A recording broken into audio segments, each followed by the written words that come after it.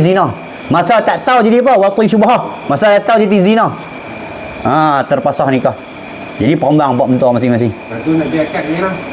Kena bawa lagi tak? Kena diangkat. Dia pun duk malas sembahyang itu kak. Dia segan nak beritahu buat ni dia nak angkat lain. Dia nak angkat lain. Tak ada masalah apa. Dia pak mentua dia pun ada dengar turun pak mentua dia minum ekor agak payah kat dia tahu pak mentua sampai gila kalau macam tu aku tak ada nikah Dia keluar 2 mahalah. Pak mentua dia duk tang ni bajet nak pergi tanah. Pi Danuk ke, Sadau ke, Kerongek ke, Songkla ke.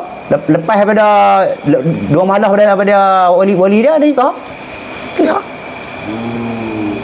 Ya, tidak duduk dalam berzina. Lah sama jamak macam nak ni duk ada. Tak ada tak mau saja pok dengan wali. Perembang pak mentua kita. Nah, kalau pak mentua kita jadi tu, ingat kita dengan bini dah habis malam tu. Setahun malam ni habis.